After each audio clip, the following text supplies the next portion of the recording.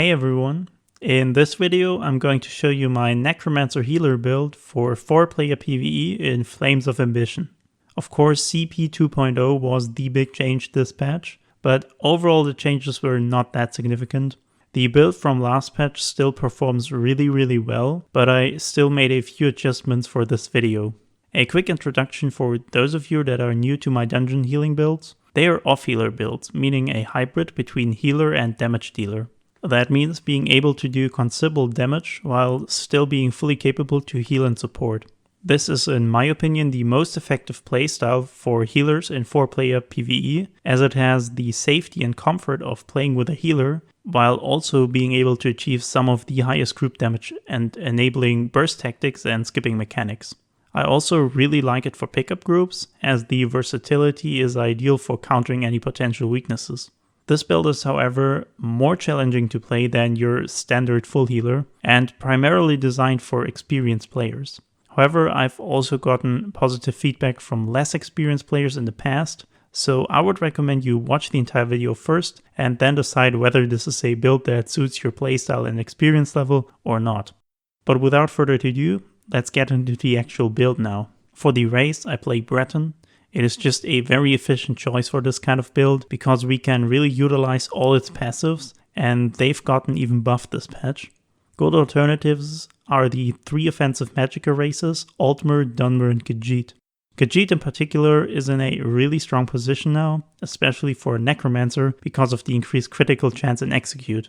For the Mundus, I run Shadow, as it outperforms Thief in most situations due to Necromancer's 100% critical chance in the Execute. However, this is to some degree situational, and if you have a lower critical chance because you altered the build in some way or don't play with good potions, you should be running Thief instead. For the attribute points, I have 64 in Magicka, and as buff food I use Witchmother's Potent Brew or Clockwork Citrus Fillet. Health has gone up with Flames of Ambition, but so has incoming damage. But overall I think we can play, relatively speaking, with less health now. And on top of that, because Necromancer has more health anyway, you could even play with Ghastly Eyeball, which you might want to do in some cases, as the sustain has suffered quite a bit this patch. As potions, the ideal choice for this build is Spell Power, but Magicka drop pods are also okay for easier content. Going over the gear next, the core sets didn't change. Spell Power Cure and Elemental Catalyst are still the best overall offensive support. Elemental Catalyst is a bit weaker now because its effectiveness scales with the group's critical chance. It is, however, in my opinion, still better than the direct competitor Master Architect on classes that can properly run it, such as Necromancer, because Catalyst can be permanently up with pretty small effort. And to finish up the sets, I am also continuing to run 2 arena weapons, namely a Maelstrom Destruction Staff and a Veteran Restoration Staff. I got multiple comments on the last video whether Lightning or Inferno stuff would be better, so I tested that, and there actually isn't a clear winner, so I will present you the results and you can decide for yourself what you actually want to use. So the big difference with the uptimes is that Inferno stuff allows us to run a Lightning Glyph, which gives us pretty good minor vulnerability uptimes. However, it makes the uptime of Elemental Catalyst less reliable because the lightning part of it becomes purely single target. A Lightning Staff, on the other hand, gives us a resources of all 3 elements, however leaves us with the choice of either sacrificing Flame EC uptime or minor vulnerability depending on the glyph choice. And in terms of DPS, Inferno is stronger in single target and AoE in lightning. So the ideal thing would be to have both and swap them out depending on the fight. But if you had to choose one, I would personally go with Lightning, because I think with how much time you spend in trash and how many boss mechanics involve ad spawns, Lightning is overall more consistent. But let's continue with the alternative set choices. You can replace the Veteran stuff with a Maelstrom or Master stuff if you don't utilize the effect, which requires a stacked group. What you want to avoid is using a monster set. Both 5-piece sets require to be double barred, so with a monster set you would lose both weapons, which is absolutely not worth it in my opinion. But you could of course do it if you just don't have the weapons anyway. For the 5-piece sets, you can replace Elemental Catalyst situationally or of course if you don't have it, solid choices would be Master Architect, Roaring Opportunist, Hollow Fang Thirst, or Gossamer for example. If you want to work towards this build and don't have any of the sets, I would recommend going for Spell Power Cure as soon as you can. It is super strong and also really easy to get. You could then also run a Magicka DPS side like Mother Sorrow until you have one of the stronger support sets. And for the armor types, you should exclusively go with 7 pieces of light armor now, as it gives the best damage, sustain and defenses overall. For the traits and enchantments, I go with full divines with Magicka on the body pieces, and arcane or infused with spell damage on the jewelry. Whether arcane or infused is better is theoretically situational, as it depends on the exact buff up times, but they are so close that it is basically not relevant, so I would say go with whatever you have. And on the weapons, I would recommend going with Precise Shock Front Bar for both Lightning and Inferno stuff. As I already explained, it is a choice of which uptime you want to sacrifice, but because Vulnerability is the stronger effect and the Catalyst uptime should still be okay, I would recommend going with a Lightning enchant. And for the restoration stuff, I run Infused Berserker. So let's finally look at the super exciting CP 2.0.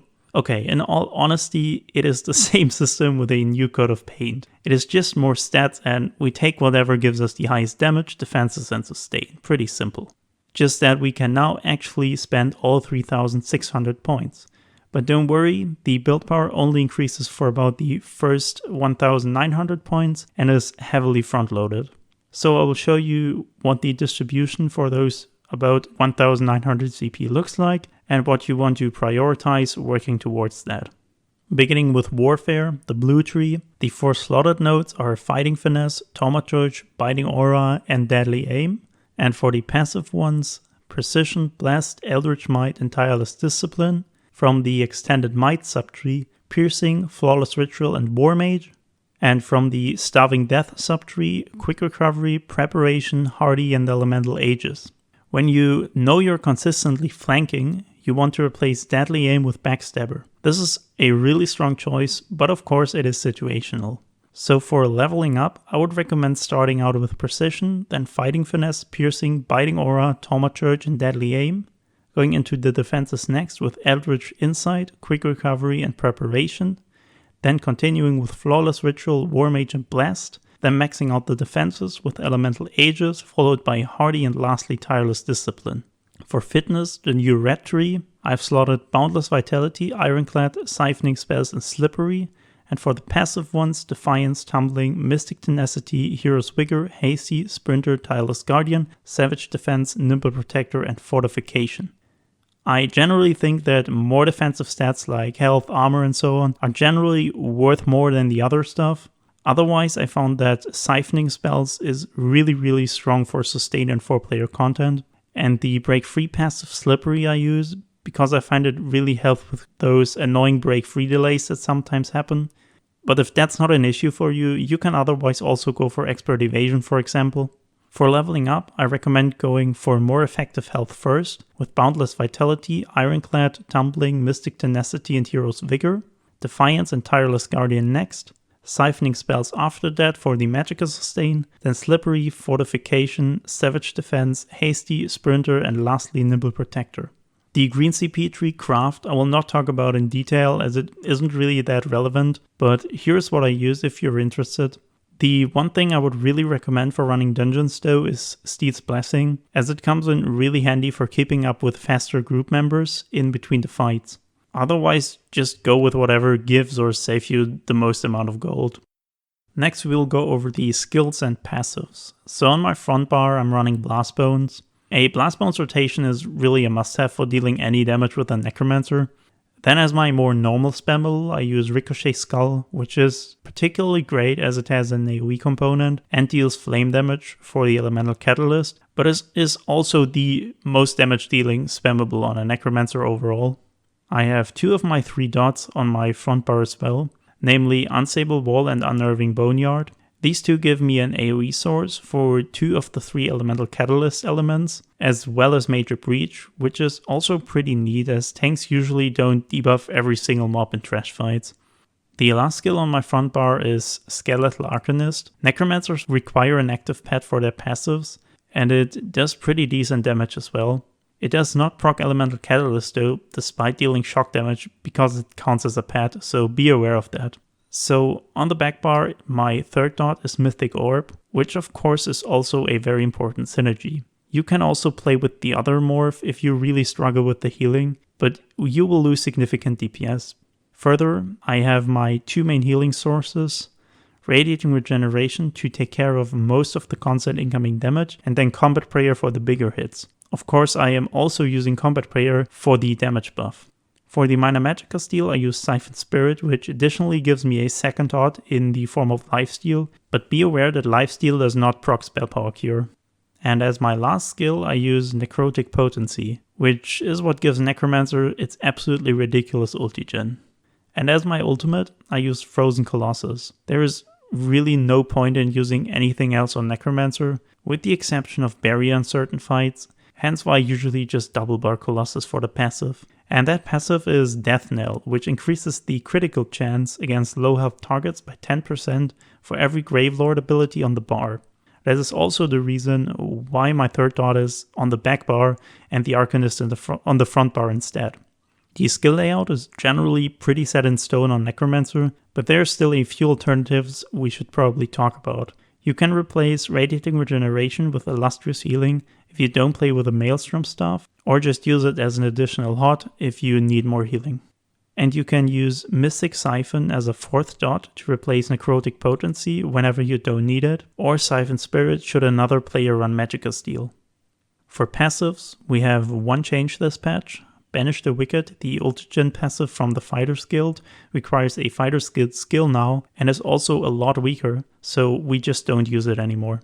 So what you actually want to have is all the class trees, everything from Restoration Staff, Destruction Staff and Light Armor, Banish the Wicked from Fighter's Guild, Magicka 8 from Alliance War if you use Barrier, both Undaunted passives, all racial passives and from crafting, Metal Signal use from alchemy, as well as Gourmand and or Connoisseur from provisioning depending on which buff food you exactly use.